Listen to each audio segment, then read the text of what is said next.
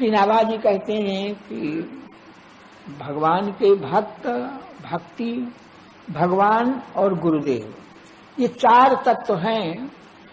नाम चार के अलग अलग हैं, लेकिन तत्वतः ये चारों एक हैं। चतुर नाम वप एक, वप शब्द से तात्पर्य तत्व से, ये चारों का तत्व तो एक ही है और नाम इनके भिन्न भिन्न हैं।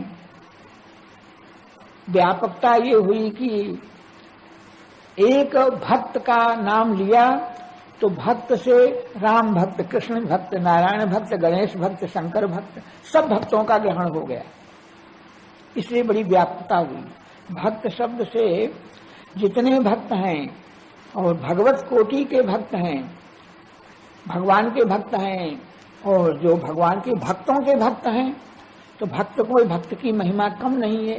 कोई गणेश का भक्त है, शंकर का भक्त है तो वह भक्त है, और राम भक्त से वह कम नहीं है, वह श्रेष्ठ है, क्योंकि भक्त का भक्त है।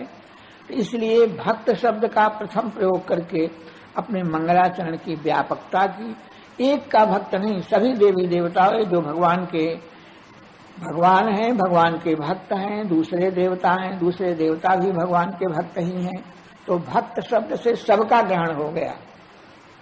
और इसके बाद भक्ति शब्द का ग्रहण किया। भक्ति माने प्रेम, भगवान को और भक्त से जोड़ने वाला बीच में जो स्नेह है उसी का नाम भक्ति है। भक्ति शब्द का प्रयोग किया और फिर भगवान का प्रयोग किया। भगवान शब्द जो है, जो आराध्य हैं, गुरुदेव भगवान हैं, शंकर भगवान हैं, गणेश भगवान हैं, सब भगवान की कोटि में आ गए भगवान। और इसके बाद गुरुदेव तत्व को दिया। गुरु ये चार हैं और चारों तत्वतः एक हैं। इनके चरणों की वंदना करने से सब प्रकार के विघ्नों का नाश हो जाता है। राजा मान सिंह माधो सिंह, जयपुर के राजा, ये बादशाह अकबर की आज्ञा से काबुल की चढ़ाई पर गए थे, वहां विजय हो गई, वहां से लौटे। एक बहुत बड़ी नदी पंजाब की, उसको पार कर रहे थे तो नदी उनकी में नाव डूबने लग गई। क्या करें, कैसे करें? तो माधव सिंह को अपनी रानी की भक्ति का परिचय था। रानी की भक्ति को देख चुके थे। रत्नावती रानी जो थी, उनकी भक्ति को माधव सिंह देख चुके थे और इसलिए भगवान में उतनी श्रद्धा नहीं थी जितनी श्रद्धा अपनी रानी में थी। इसलिए कहा कि हमको तो भगवान की भक्ता जो रानी है उसका विश्वास है, मैं रानी का ध्यान करता हूँ, रानी को प्रणाम करता हूँ, रानी की कृपा से हमारी नाव किनारे लग जाएगी तो रानी के ठाकुर का दर्शन करेंगे, उनका दर्शन करेंगे। रत्नावती का ध्यान करने के कारण मान सिंह माधव सिंह की नैया पार लग गई और फिर वो पहले दिल्ली नहीं गए। दिल्ली न जा करके और जयपुर आमेर आकर के रानी का दर्शन किया। राजा ने पूछा, तुम लोग विजय करके और आए तो पहले तुमको यहाँ हमारे पास आना चाहिए था दिल्ली, वहाँ क्यों चले गए? तो बताया किस तरह से रानी का ध्यान करने के कारण हमारे प्राण बचे, नाव बची, इसलिए हम पहले रानी का दर्शन करने चले गए। तो राजा बहुत प्रभावित हुआ, हमको भी दर्शन कराओ। बोले आपको चित्र का दर्शन। तो उस अकबर को भी चित्र का दर्शन कराया गया। यह कहने का अर्थ यह है कि भक्त का स्मरण करने से विघ्न दूर होते हैं, भगवान का स्मरण करने से विघ्न दूर होते हैं, ठीक ही है, लेकिन भगवान का के भक्त का स्मरण करने से भी विघ्न दूर हो जाते हैं। गुरुदेव का स्मरण करने से विघ्न दूर होते हैं। तो अग्रदेवाचार्य का स्मरण उनके एक शिष्य ने किया तो उसकी नाव बच गई। इन सबका स्मरण करने से अनेक प्रकार के विघ्नों का नाश होता है। और चतुर्नाम बपु एक, परस्पर यह एकता इनकी है। एकता को सिद्ध करने के लिए श्री पंडित जी महाराज भक्तमाली लोग एक माला का दृष्टांत देते हैं। एक माला है और माला में चार तत्व जो है वह एक होकर के दिखाई पड़ रहे हैं। जिसकी मणियां होती हैं, जिसके दाने होते हैं, उसकी वह माला होती है। तुलसी की माला है, रुद्राक्ष की माला है। यह कहा जाएगा और ये जितने दाने हैं यह सूत्र में पिरोए रहते हैं। तो सूत्र कौन है? सूत्र जो है वह भक्ति ही सूत्र है। भक्ति सूत्रेषु बद्धा, भागवत में भक्ति को सूत्र कहा गया है। भक्ति के सूत्र में यह सब बंधे भये हैं। तो इसका अर्थ यह हुआ कि भक्ति सब में है। माला के 4 तत्व, एक तो सबसे मणियां दाने, तुलसी के रुद्राक्ष के किसी के भी दाने हुए और उनको संबद्ध करने वाला सूत्र होता है। तो वह सूत्र सबके भीतर है, सूत्र हो गया। और इसके बाद दानों के ऊपर एक विशिष्ट दाना रहता है जिसका छिद्र बड़ा रहता है, वह आकार भी बड़ा रहता है, उसे सुमेरु कहते हैं। तो सुमेरु जो है कौन क्या तत्व है? तो उस माला में सुमेरु तत्व गुरु तत्व है। गुरु को सुमेरु कहा गया। सब दानों की अपेक्षा गुरु जो है वह विशिष्ट रहता है, भक्त ही रहता है। सब जैसे भक्त हैं और उसी तरह से गुरु भक्त विशेष है, उसमें गुरुत्व भी है, भक्त है। उस भक्त में गुरुत्व में भक्त भी है और भगवान भी है। गुरु जो है वह श्रेष्ठ इसलिए है और माला के बाद सबसे ऊपर स्थान एक फुनना रंग बिरंगी होए, उसको भगवान का पद दिया गया, वह भगवान है। माला में जो फुंदना सबसे ऊपर होगा, जो रंग बिरंगी होगा, वह भगवान है। और उसके बाद माला में जो दाना है विशिष्ट, वह गुरु तत्व है। और उसके बाद शेष जितने दाने हैं वे सब भक्त तत्व हैं। और सबके भीतर जो पिरोया गया है, सबको संगठित करने वाला, वह सूत्र है। और सूत्र वह भक्ति है। भक्ति सब में है, जितने दाने हैं सबके भीतर सूत्र है, सबके भीतर भक्ति है। और गुरु महाराज में तो वह दोनों छोड़ जोड़ करके सुमेर में निकाले जाते हैं। तो गुरुदेव भगवान में विशिष्ट भक्ति है और वह सूत्र फिर फुंदना में भी पहुंच जाता है, तो भगवान में भी भक्ति है। ऐसा कह करके इसको एकता का दृष्टांत दिया गया। चतुर्नाम बपु एक।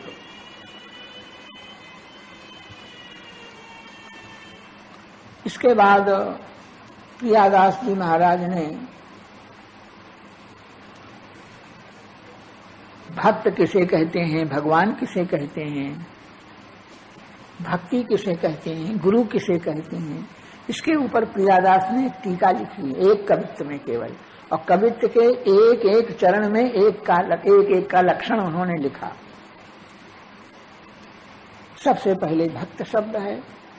तो ये 4 चतुष्टय जो है, भक्त, भक्ति, भगवंत, गुरु, यह चतुष्टय है। और इस चतुष्टय में भक्त शब्द पहले आया है, इसलिए भक्त श्रेष्ठ है। इसीलिए ग्रंथ का नाम भक्तमाल रखा गया। दूसरा एक चतुष्टय है, नाम, रूप, लीला और धाम। इस चतुष्टय में नाम पहले आया है, तो इस चतुष्टय में नाम सबसे श्रेष्ठ है। और भक्त, भक्ति, इस चतुष्टय में भक्त सबसे श्रेष्ठ है। भक्त की श्रेष्ठता इस प्रकार से है कि स्वयं भगवान ने मोते अधिक संत कर लेखा। जहाँ कहीं उपदेश दिया है तो भगवान ने आज्ञा दिया कि मेरा आदर कम करो, लेकिन हमारे भक्त का आदर ज्यादा करो। मोते अधिक संत कर लेखा। तुलसीदास जी इसी भाव को एक दोहा में प्रकट करते हैं। वे कहते हैं कि अंतर्यामी गर्भगत संत सुंदरी माह, तुलसी पूजे संत के दोऊ पूजे जाएं। अंतर्यामी परमात्मा भगवान श्री कृष्ण भक्त के हृदय में निवास करते हैं। कैसे? जिस तरह से सुंदरी माता के पेट में बालक रहता है, माता गर्भवती है, तो वह संत रूपी सुंदरी के पेट में, और यह भगवान श्री कृष्ण अंतर्यामी जो है उसमें निवास करते हैं। तुलसीदास कहते हैं कि तुलसी पूजे संत के दो पूजे जाएं। अब गर्भ में जो बालक है उसकी कोई पूजा करना चाहे, खिलाना पिलाना चाहे, उसे कोई पुष्ट करना चाहे, तो क्या उपाय है? गर्भ में बालक है, बालक की पूजा नहीं हो सकती है। पूजा किसकी? सुंदरी की पूजा। माता की पूजा करो, माता को अच्छी तरह से खिलाओ पिलाओ, माता को प्रसन्न रखो, तो उसका प्रभाव बालक पर पड़ेगा, बालक पुष्ट हो जाएगा। इसलिए तुलसी पूजे संत के हृदय में भगवान है, तो वे तो तुमको मिलेंगे नहीं, इसलिए संत की ही पूजा करो। तुलसी पूजे संत के, दो पूजे जाएं। संत की पूजा करो तो भीतर बैठे हुए जो भगवान है उनकी भी पूजा हो जाएगी। तो भक्त की पूजा करने पर भगवान की पूजा हो जाती है। और भक्त में भक्ति मौजूद है, भगवान भक्त में आ गए, भक्त की पूजा करने पर भगवान की पूजा हो जाएगी। और भक्ति जो है वह भक्त से अलग नहीं है, भक्ति हृदय में व्याप्त है। और वही भक्त भगवान का कुछ तेज और भक्त का दोनों मिलकर के बीच का एक गुरु तत्व होता है। गुरु भगवान भी हैं और भक्त भी हैं, इसलिए उनका भी बंधन हो गया। इस दोहे में भक्त भक्त भगवंत गुरु ऐसा कहकर के चारों की वंदना की गई। फिर प्रियादास जी महाराज टीका में शास्त्रों में भक्तों के लक्षण अनेक प्रकार के कहे गए। देवी भागवत में, श्रीमद् भागवत में सब जगह भक्तों का लक्षण, भक्त कौन है ये कहा गया है। भगवान किसको कहते हैं ये भी विष्णु पुराण आदि ग्रंथों में कहा गया है। लेकिन प्रियादास की अपनी उक्ति जो है वह सबसे भिन्न है।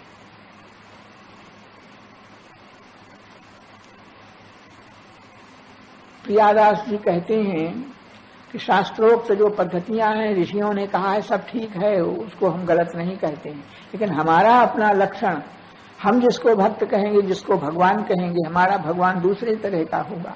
शास्त्रों में वर्णन किया गया भगवान, उसका दूसरा लक्षण है, वही भगवान है। तो भक्त इतने गुण जाने सो संत, ऐसा कह करके भक्त के लक्षण कहे गए। और कपिल भगवान ने भक्त के लक्षणों को कहा। और प्रियादास जी भक्त लक्षणों को कह रहे हैं। तो प्रियादास जी कह रहे हैं कि वह भक्त किसे कहना चाहिए, तो जो भगवान की भक्ति करे वह भक्त है। भगवान में जिसका प्रेम है वही भक्त है। और प्रियादास कहते हैं हाँ, भगवान में भक्ति करे वह भक्त है, लेकिन केवल भगवान में भक्ति करने से वह सच्चा भक्त नहीं होगा। हरि गुरु दासन सो साचो सोई भक्त सही। जो भगवान में और गुरुदेव में और दूसरे भगवान के भक्तों में तीनों से सच्चा व्यवहार करे, तीनों की भक्ति करे, वह भक्त होगा। एक की केवल भगवान की भक्ति करे तो वह भक्त नहीं होगा। जब गुरु की भक्ति करे, भक्त की भक्ति करे, तब उसकी संज्ञा भक्त होगी, पुष्ट होगा वह। भगवान जो है वह मोह से अधिक संत कर लेखा कह करके, और गुरु को आचार्यम माम बिजानियात, गीता में कहा गया है आचार्य जो गुरुदेव हैं उनको मेरा ही स्वरूप समझो, मनुष्य मान करके उनका निरादर मत करो। तो मैं ही आचार्य रूप से और जीव को प्राप्त होता हूँ। तो आचार्य हम ही को समझो, अर्थात जो गुरु तत्व है, आचार्य तत्व है, वह भगवान ही है। आचिनोत शास्त्राणि, आचार्य इसलिए कहा जाता है जो सब शास्त्रों के में से चुन चुन करके उपदेश को, अच्छी बातों को एकत्र करके स्वयं धारण करता है, स्वयं आचरण करता है और अपने अनुयायी शिष्यों से भी आचरण कराता है, इसलिए उसको आचार्य कहा जाता है। आचार्य हमारा ही स्वरूप है, ऐसा भगवान ने वर्णन किया। तो भक्त केवल भगवान की भक्ति करने से भक्त नहीं होगा। हरि, भगवान और गुरु और भगवान के दास, इन तीनों में जो कोई भक्ति करेगा और इन तीनों के साथ कपट को त्याग करके व्यवहार करेगा, इनकी सेवा में कपट नहीं होना चाहिए। इनसे हरिगुरु दासन सो साचो, माने इनके प्रति सच्चा हो, सच्चा व्यवहार करे, सोई भक्त सही। वह सही सच्चा भक्त वह है जो भगवान से, गुरु महाराज से, भक्तों से सच्चा व्यवहार करे। अब प्रश्न होगा कि तीन से तो सच्चा व्यवहार करे और बाकी जो पब्लिक है उससे कपट करे, ये तात्पर्य नहीं है। क्योंकि प्रियादास जी ने भक्त शब्द में सबका ग्रहण कर लिया। जितना जीव मात्र है वह भक्त। एक भज सेवायाम एक धातु है, तो जो कोई सेवा करता है उसको भक्त कहते हैं। भज शब्द से ही सेवार्थक जो भज धातु है, और उसी भगवान की सेवा करना, भजन करना। और भजन शब्द का दूसरा अर्थ होगा विभाजन करना, बांटना। भजन फल, गणित में गणित के लोग जाते हैं, गणित तकसीम किया तो ये भजन फल आया। तो वह भजन करना माने विभाजन करना। तो यह भक्त जो है भगवान का बटा हुआ अंश होने के कारण इसको भक्त कहते हैं। भक्त माने बटा हुआ अंश, बटे हुए अंश को और भक्त कहेंगे। तो भगवान का बटा हुआ अंश है, अर्थात भगवान राम जी का, परमात्मा का, ब्रह्म का अंश है, जीव है। तो जितना जीव मात्र जगत है, जीव जगत है, सबकी भक्त संज्ञा है। व्यापक दृष्टि से देखने पर, संकुचित अर्थ न करके व्यापक दृष्टि से जीव जगत जितना है सब भक्त है, क्योंकि भगवान का अंश है। भगवान का अंश होने से वह भी भक्त है। अंश जब है तो वह अपने अंशी से ज्यादा दूर अधिक दिन तक नहीं रहेगा। श्री कृष्ण अंशी हैं, जीव अंश है, भगवान अपनी ओर उसको खींचेंगे तो आज नहीं तो कल, एक न एक दिन यह जीव भगवान के पास पहुंच जाएगा। तो इसलिए वह जीव जगत जितना, तात्पर्य उनके कहने का हुआ कि भगवान से, भक्तों से और गुरु महाराज से सबसे निष्कपट व्यवहार करे। तो दूसरे जीवों के साथ इनसे निष्कपट व्यवहार करे, सच्चा व्यवहार करे, और दूसरे जीवों से भी निष्कपट व्यवहार करे। भक्त जो है वही है जो किसी के साथ कपट न करे। छल कपट करने वाले को भक्त नहीं कहेंगे। यह व्यापक अर्थ भक्त का हुआ। दूसरी, हरि गुरु दासन सो साचो सोई भक्त सही। एक लक्षण यह हो गया। और दूसरा लक्षण कहते हैं कि गही एक टेक फेर उड़ते न टरी है। भक्त जो होता है उसकी एक टेक माने प्रतिज्ञा होती है, भगवान के भजन की प्रतिज्ञा है। गुरु महाराज का आदेश पा करके इतना भजन करूंगा, तो जितने भजन की वह प्रतिज्ञा स्वीकार करता है उतना नित्य वह भजन करता है। गुरु जी ने पूजा करना बता दिया तो नित्य पूजा करेगा, पाठ बता दिया तो उतना पाठ नित्य करेगा। तो यह पाठ पूजा जितना कुछ है यह प्रतिज्ञा पूर्वक पाठ पूजा, जितना कुछ स्वीकार किया गया उससे कम न करके उतना नित्य किया जाए। दही एक टेक माने प्रतिज्ञा पूर्वक जो भगवान की आराधना भजन करते हैं वो भक्त होते हैं। और नहीं तो स्वच्छंद कभी कुछ भजन कर लिया कभी नहीं किया। वैसे जितना भी भजन किया जाएगा, एक फूल भी भगवान को अर्पण कर दो तो वह फूल का अर्पण व्यर्थ नहीं जाएगा, वह भी भगवान की भक्ति है। एक फूल, एक लोटा जल भगवान को अर्पण कर दो, व्यर्थ नहीं जाएगा। भगवान इतने दयालु हैं, अपने भक्त के ऊपर, भक्त के हाथ, भक्त के प्रेम के कारण बिक जाते हैं। तो तुलसी दल मात्र, कुछ नहीं, केवल तुलसी दल है, तुलसी दल भगवान को अर्पण कर दिया। और जलस्य चुलकेन वा, एक चुल्लू जल, तुलसी दल मात्रेण जलस्य चुलकेन वा दिक्कीणीते सुमात्मान। भगवान अपने को भक्त के हाथ बेच देते हैं। प्रेम से जो कोई भगवान को कुछ भी समर्पण कर दे तो भगवान छोटी वस्तु प्रेम से कोई भगवान को अर्पण करे तो भगवान उस तुच्छ वस्तु को बहुत बड़ी करके मान लेते हैं और भक्त के हाथ से बिक जाते हैं, भक्त के अधीन हो जाते हैं। यह भगवान का स्वभाव। भक्ति भ्यो भक्त वत्सला, भगवान भक्त के हाथ अधीन हो जाते हैं, बिक जाते हैं। क्यों? तो भक्त वत्सला, भक्तों के ऊपर उनका अपना बड़ा वात्सल्य है, बड़ा भारी प्यार है। भक्त का यह प्रियादास ने एक चरण में लक्षण वर्णन किया। दूसरे चरण में भक्त के बाद भक्ति का वर्णन करने लगे। भक्ति किसको कहते हैं? तो भक्ति, सब शास्त्रों में भक्ति का लक्षण लिखा हुआ है। नारद भक्ति सूत्र नामक ग्रंथ है, उसमें भक्ति के सब लक्षण लिखे हुए हैं। तो वह सांडिल्य सूत्र में भक्ति के लक्षण लिखे हैं।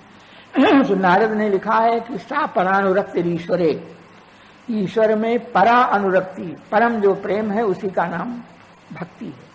परमात्मा श्री कृष्ण में परम जो प्रेम है, उत्कृष्ट जो प्रेम है, उसी का नाम भक्ति है। और भक्ति को लिखते हुए नारद जी कहते हैं अमृत स्वरूपाच, वह भगवान की भक्ति अमृत स्वरूप है, अमृत के समान मधुर है। अमृत पीने में मधुर होगा और पी करके अमृत हो जाएगा। तो भक्ति करने में, जिस समय भक्ति का आचरण भक्त करता है, आराधना उपासना का फल बाद में मिलेगा नहीं, भगवान के नाम का स्मरण, भगवान की पूजा, भगवान उसी समय पूजा करते समय जो स्वाद आता है, जो आनंद आता है, वही फल है, उधार नहीं है। भगवान की भक्ति का फल, आज भक्ति करो फल कभी मिलेगा सो नहीं। दर्शन दर्शने फलम, कुब्जा ने चंदन अर्पण किया, दर्शन किया भगवान का, तो भगवान ने तुरंत उसको फल दिया, सीधी कर दिया, सुंदरी कर दिया। तो भगवान भक्ति का फल, भक्ति करने का फल उधार नहीं रखते, तुरंत ही उसको दे देते हैं। तो भगवान की आराधना पूजा करते समय जो आनंद आता है, पाठ करते समय आनंद आएगा, ध्यान करेंगे, नाम जप करेंगे, जो आनंद आएगा वही उत्तम फल भगवान की भक्ति का है। भक्ति करने का फल दूसरा कोई हो तो तुलसीदास कहते हैं कि उस फल में आग लग जाए। भगवान की भक्ति करने के बाद हम कहें कि मेरा शरीर पुष्ट हो जाएगा, हमारा परिवार बढ़ जाए, इस तरह की इच्छा होती है। तुलसीदास कहते हैं कि भक्ति करके और भगवान की भक्ति को ही मांगना चाहिए। पूजा कर रहे हैं और भगवान प्रसन्न हो, वरदान मांगो, तो भक्त यही मांगेगा कि आपकी पूजा में हमको प्रेम हो। नाम जप रहे हैं, भगवान प्रसन्न होकर कहें वरदान मांगो, तो कहेगा महाराज आपके नाम में हमको प्रेम हो। तो भक्ति का फल भक्ति ही है, भक्ति करने से और भक्ति ही प्राप्त करना चाहिए। और भक्ति करके दूसरा कुछ प्राप्त करना चाहो, उसका नाम भक्ति नहीं है, वह भक्ति नहीं है। करें तो भगवान की भक्ति, और संसार का कोई पदार्थ मांगे तो यह तो जिस तरह से कोई मूल्यवान वस्तु से भूसा को बदल ले।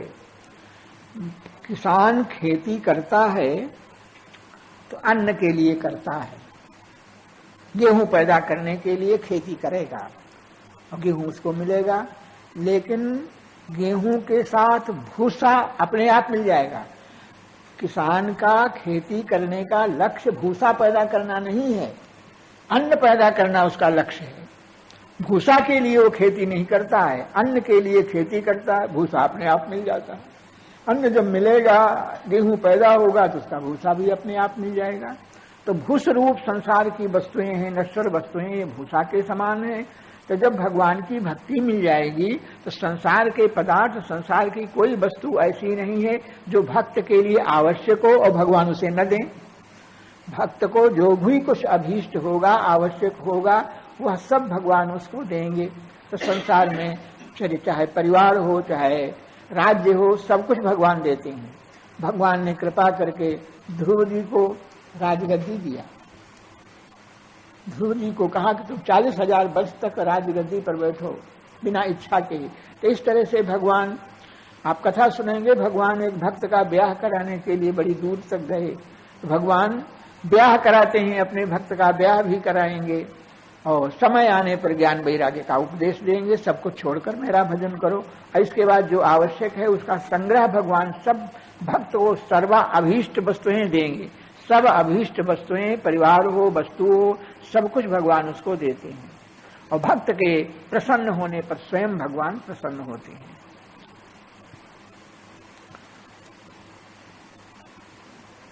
भक्ति को कह रहे हैं तो अमृत स्वरूपा है।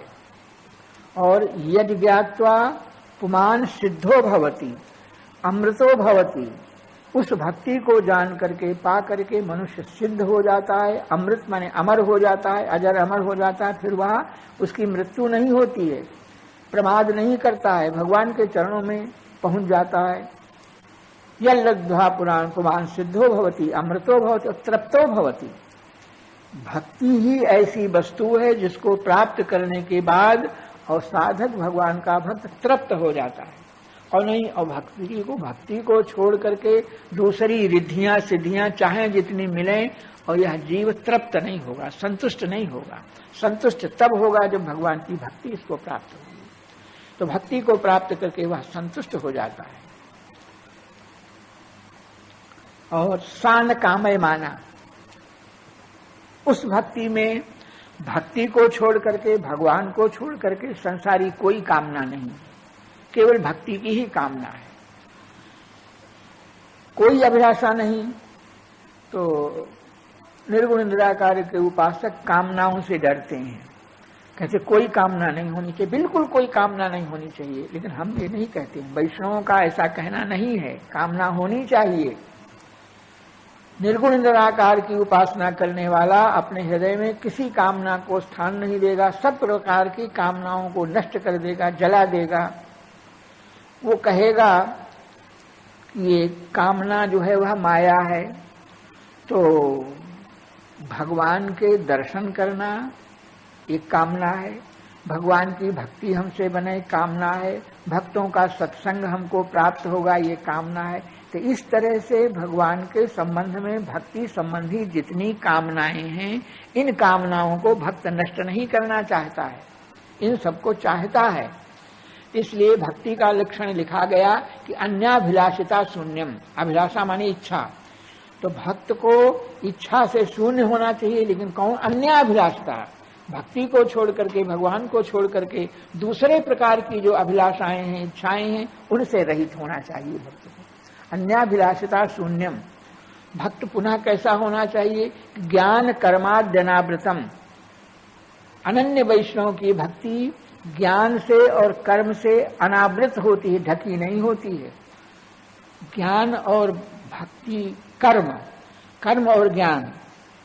भक्त जो है वह, उसको ज्ञान भी होता है, कर्म भी होता है, वैराग्य है, सब कुछ है, लेकिन वह ज्ञान भक्ति को नहीं ढक पाता है। जो ज्ञान भक्ति को ढक ले, जो कर्म भक्ति को ढक ले, कर्म प्रधान हो गया, भक्ति गौण हो गई, बोले वह विशुद्ध भक्ति नहीं है। अन्याभिलाषिता शून्यम, अन्य प्रकार की अभिलाषाओं से शून्य और ज्ञान और कर्म आदि से अनावृत, ज्ञान कर्म से ढकी भई भक्ति नहीं हो। और अनुशीलनम, श्री कृष्ण भगवान का अनुशीलन, ज्ञान कर्माद्यनावृतम। भगवान श्री कृष्ण का भक्ति पूर्वक अनुशीलन, अनुशीलन माने चिंतन करना, मनन करना, हृदय में ध्यान करना, चरित्र आदि का पाठ करना। कृष्णानुशीलनम, भगवान श्री कृष्ण का अनुशीलन करना, कैसा उनका रूप है, कैसे उनके चरित्र हैं, कैसा उनका धाम है, निरंतर इन बातों का चिंतन करते रहना, यह उत्तमा भक्ति है। अन्याभिलाषिता शून्यम ज्ञान कर्माद्यनावृतम। और अनुशीलनम, कृष्ण से अनुशीलनम उत्तमा भक्ति है। उत्तमा भक्ति इसको कहते हैं, श्रेष्ठ भक्ति यह है। और इस भक्ति को पाने के बाद वह भगवान की गोद में बैठ जाता है। जीव को भगवान बहुत प्यार करते हैं, अपने भक्त के प्रति भगवान का बहुत बड़ा प्यार रहता है। संसार के पिता माता इतने समर्थ नहीं हैं, वे अपनी संतान का इतना प्यार नहीं कर सकते हैं जितना प्यार भगवान अपने भक्त का करते हैं। क्योंकि संसारी मनुष्य इतना समर्थ नहीं है, इतना उसमें प्यार भी नहीं, वो क्षणिक प्यार है। संसारी जीवों में प्यार जो है, वात्सल्य जो है, लेकिन वह क्षणिक है। तभी तक वह प्यार है जब तक अनुकूल है, उसके प्रतिकूल हो जाए तो उसका वात्सल्य नहीं रह जाएगा। पिता पुत्र को प्यार करता है कब तक? जब तक पुत्र पिता के अनुकूल है। और कई पुत्र ऐसे होते हैं कि पिता के विरुद्ध हो जाते हैं, तब पिता का प्यार गायब हो जाता है। लेकिन वह ईश्वर तो हर स्थिति में जीव के ऊपर अपना प्यार बनाए रखता है, उसके प्यार में कमी नहीं आती है।